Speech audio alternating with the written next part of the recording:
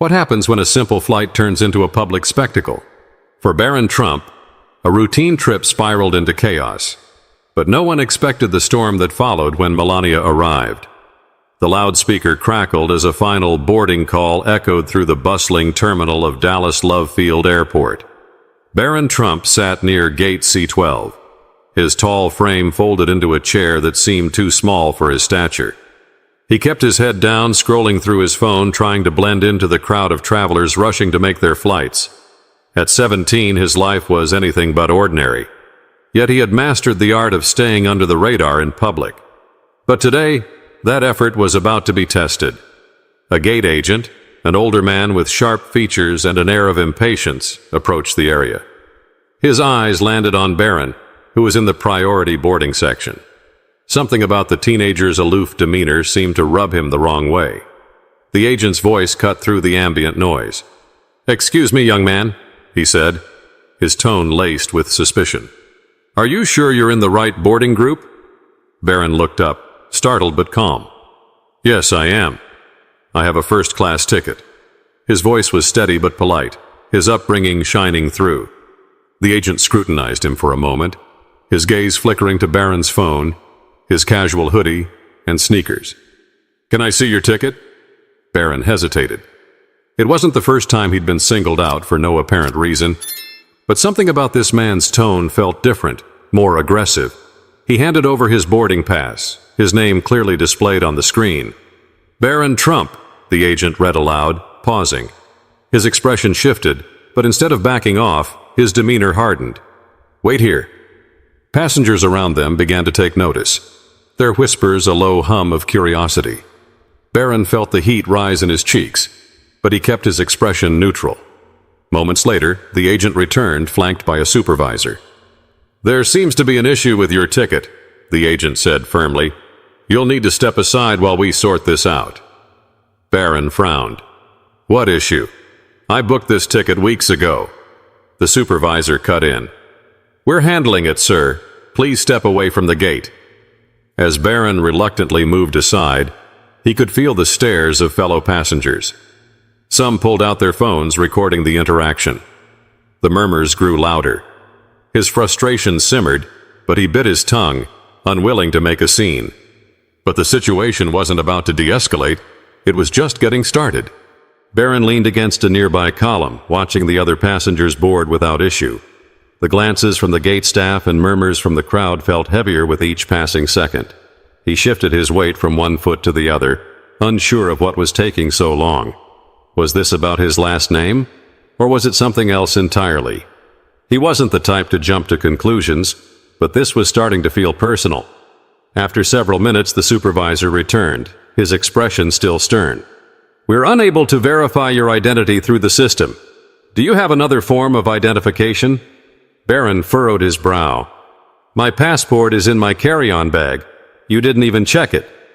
The supervisor hesitated, clearly caught off guard by the logical response, but instead of backing down, he doubled down. "Sir, this isn't just about ID. There are procedures we need to follow." "Procedures?" Barron asked, his tone calm but tinged with disbelief. "What procedures? I've flown through this airport dozens of times without an issue." The gate agent from earlier interjected. "We've had some irregularities lately. You're not being singled out." But the look in his eyes betrayed him. Barron wasn't buying it, and neither were a few passengers nearby who began muttering among themselves. A woman in her late 40s holding a toddler on her hip spoke up. "What's the problem? He's just a kid with a ticket. Let him board." The supervisor ignored her, focusing instead on Barron. "You'll need to wait here while we conduct a further review. If you don't comply, we'll have to escalate the matter." "Escalate?" Barron echoed, his patience wearing thin. "What exactly are you escalating? I've done nothing wrong." As if on cue, a pair of airport security officers appeared. Barron's chest tightened, not from fear but from sheer disbelief at how quickly the situation was spiraling. The officers stood on either side of him, their presence drawing even more attention. Phones were out now, recording every second. "Sir, please come with us," one officer said in a measured tone. "We just need to ask you a few questions." Barron exhaled, his jaw tightening as he grabbed his carry-on bag. Fine. He followed them into a small, sterile room near the gate, the whispers and camera flashes following him like a storm cloud. Inside, the officers asked him to sit at a table. The air felt colder, heavier, as one officer began flipping through his passport. "This is ridiculous," Barron muttered under his breath, shaking his head. One of the officers looked up. "We're just following protocol, son." But that word, protocol, was starting to sound like an excuse for something more sinister. And the more they probed, the more Barron began to feel the weight of an unspoken bias in the room. But what Barron didn't know was that someone else was already on her way, and she wasn't happy. In the back seat of a black SUV weaving through Dallas traffic, Melania Trump sat poised, her phone in hand. She had planned a quick trip to surprise her son at the airport after his flight. But as her phone buzzed with a flood of text messages and social media alerts, her expression shifted from calm to concern. One message caught her attention. "Something's going on with Barron at the airport. People are posting videos." Her fingers flew across the screen, pulling up a short clip that showed Barron surrounded by security, being led away from the gate. She replayed it twice, her brow furrowing deeper with each pass. "Driver, please hurry," she said, her voice cool but firm. Meanwhile, back at the airport, Barron sat in the small room, staring at the blank wall in front of him. The officers had stepped out to verify his credentials, leaving him alone to stew in silence. He didn't know who to call or what to do. His hands rested on the table, fingers tapping lightly, a rhythm he didn't even realize he was making. Suddenly the door opened and the supervisor from earlier walked in. "We're still working on clearing up the situation," he said, avoiding eye contact. "It shouldn't be much longer." "How much longer?" Barron asked, his tone sharp. "You've had all my information for almost an hour." The supervisor hesitated, then mumbled something about procedures again before retreating. Barron exhaled in frustration, running a hand through his hair. This wasn't just about a ticket or ID anymore. It felt like something deeper. Outside the terminal, Melania's SUV pulled up to the curb. She stepped out, her posture commanding despite her understated outfit. Heads turned as she strode through the airport, her heels clicking against the polished floor. She didn't need to announce her presence. People simply moved aside as she passed. Approaching the gate where the incident had occurred, she was met with a flurry of murmurs and whispers. Passengers recognized her instantly, and some even pointed toward the area where security had taken Barron. "Excuse me," she said to a nearby airline employee. "Where is my son?" The employee blinked, stunned by the directness of her question. "Ma'am, let me check." Melania didn't wait for a response. She moved forward, her eyes scanning for any sign of Barron. When she spotted the room where he was being held, her pace quickened. She reached the door just as the two officers returned to Barron. They froze when they saw her, their expressions a mix of surprise and apprehension. "What is going on here?" she asked, her voice calm but carrying a weight that demanded an answer. "Mrs. Trump," one officer began, fumbling for words. "This is just a standard protocol." "Protocol?" she interrupted, her gaze icy. "You are holding my son in a small room with no explanation. What kind of protocol is this?" The supervisor appeared behind her, his face pale. "Mrs. Trump, this is all just a misunderstanding. We were trying to verify his ticket." "A misunderstanding?" Her voice remained steady, but her tone sharpened. "Do you treat all passengers this way? Or just the ones you decide to single out?" The room fell silent, the tension so thick it felt like time itself had stopped. But this silence wouldn't last for long. Melania was about to demand answers they couldn't provide. Melania's gaze didn't waver as she stood in the doorway, her presence commanding the room. Barron glanced at his mother, his relief visible but restrained. He straightened in his chair, his shoulders no longer slumped. "Mrs. Trump," the supervisor stammered, beads of sweat forming on his brow, "please understand, we were just trying to ensure everything was in order." "This isn't in order," Melania interrupted, her tone as sharp as the silence in the room. "You had his ticket, his passport, and his name. What else do you need? A written invitation to board the plane?" The supervisor flinched but tried to recover. We flagged his name in the system, and that required additional checks." Melania tilted her head slightly, her lips pressing into a thin line. "Flagged? Because he's my son? Or because someone decided he didn't belong in first class today?" The officers exchanged uneasy glances, neither wanting to be the one to respond. The tension was palpable, and everyone in the room felt it. Finally, one of the officers cleared his throat. "It's standard procedure, ma'am. We weren't aware of his relation to you until just now." Melania's eyes narrowed. "So, this is about his last name." The supervisor opened his mouth to protest, but she raised a hand to stop him. "Save your excuses. I want to speak to someone in charge, now." The man hesitated but eventually nodded, stepping out of the room to make a call. Melania turned her attention to Barron, her expression softening as she approached him. "Are you okay?" she asked quietly, placing a hand on his shoulder. Barron nodded, his voice steady but tinged with frustration. "Yeah, I'm fine. They've just been wasting my time." Melania gave his shoulder a reassuring squeeze before turning back to the officers. "Let me make something clear," she said, her voice steady and composed. "You have humiliated my son in front of dozens of people.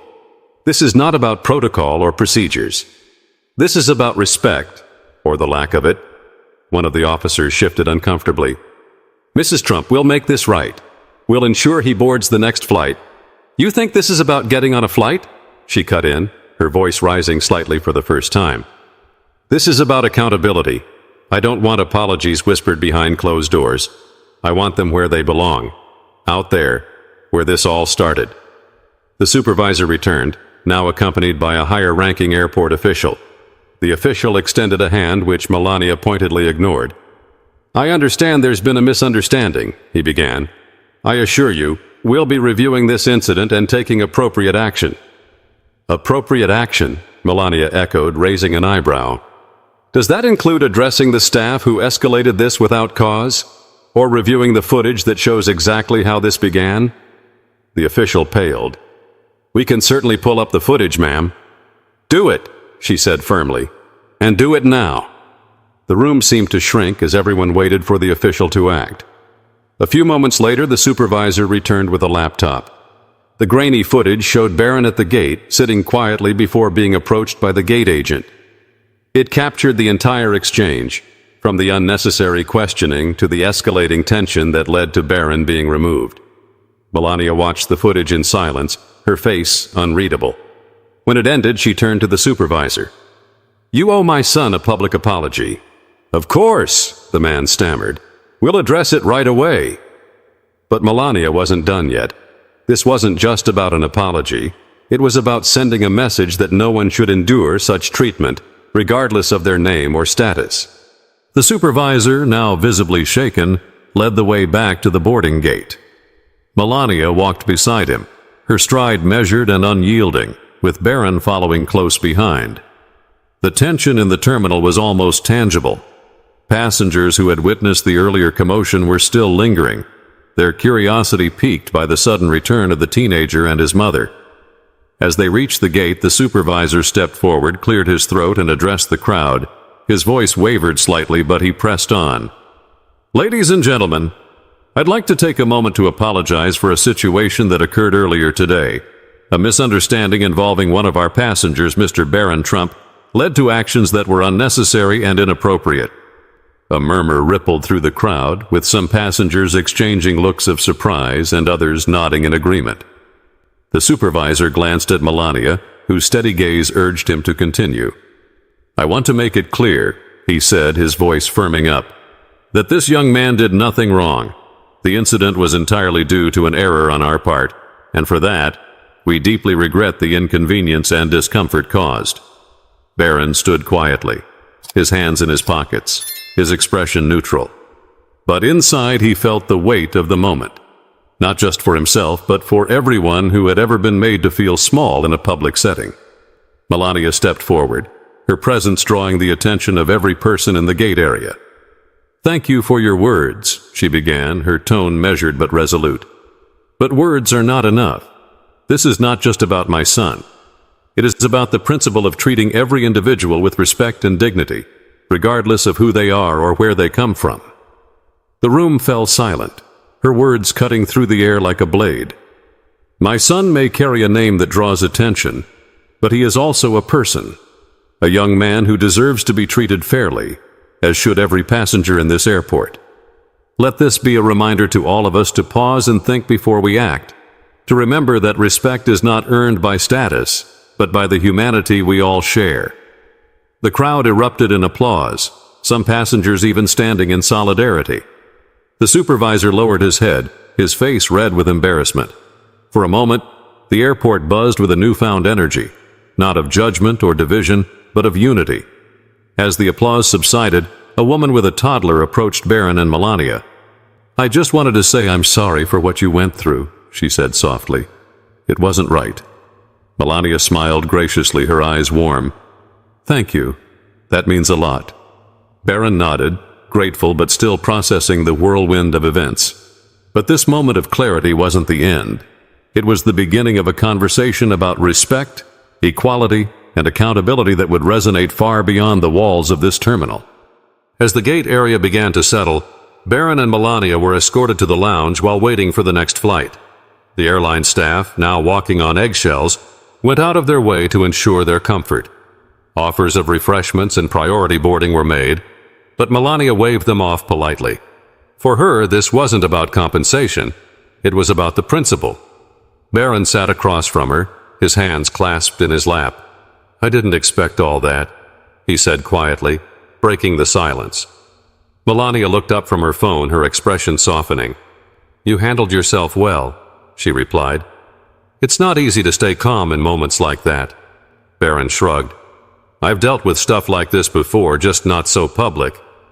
Melania leaned forward, resting her elbows on her knees. "And that's exactly the problem," she said. "No one should have to get used to being treated unfairly. Whether it's you, me, or someone no one recognizes, respect should never depend on a last name or appearance." Barron nodded, his mother's words sinking in. "You think they'll actually change anything after this?" She tilted her head thoughtfully. "Maybe not today, but moments like these add up. People notice. And sometimes, all it takes is one person standing up to make others think twice before they act." As they waited, Melania pulled out her phone and began typing. Moments later, a tweet appeared on her profile. "Today, my son experienced something no one should have to endure, being judged before being understood. This serves as a reminder to treat everyone with dignity, no matter their name or background. Respect is universal. Let's do better." The post quickly gained traction, sparking discussions online about bias, accountability, and respect in public spaces. Barron scrolled through the replies, some supportive, others critical, but most echoing the sentiment that fairness and dignity should be non-negotiable. When it was finally time to board the flight, Barron and Melania walked to the gate together. The staff, now noticeably more accommodating, guided them through without issue. As they settled into their seats, Melania glanced at her son, who had already put on his headphones, staring out the window. She smiled faintly, thinking about the bigger picture. This wasn't just about Barron. It was about every person who had ever been made to feel small, dismissed, or unworthy. Moments like these were opportunities to teach, to push for change, and to remind the world that respect was not a privilege, but a right. As the plane taxied down the runway, Melania closed her eyes, her mind replaying the day's events. It hadn't been an easy experience, but it was one she hoped would leave a lasting impact, not just on those involved, but on everyone who heard the story. Because sometimes the most powerful lessons come from moments of adversity, and the way we respond can inspire others to rise above prejudice and embrace kindness. If this story resonated with you, share it with someone who might need a reminder about the importance of respect and fairness. Let's make a difference together, one conversation at a time. Don't forget to like, comment, and subscribe for more stories that inspire reflection and change.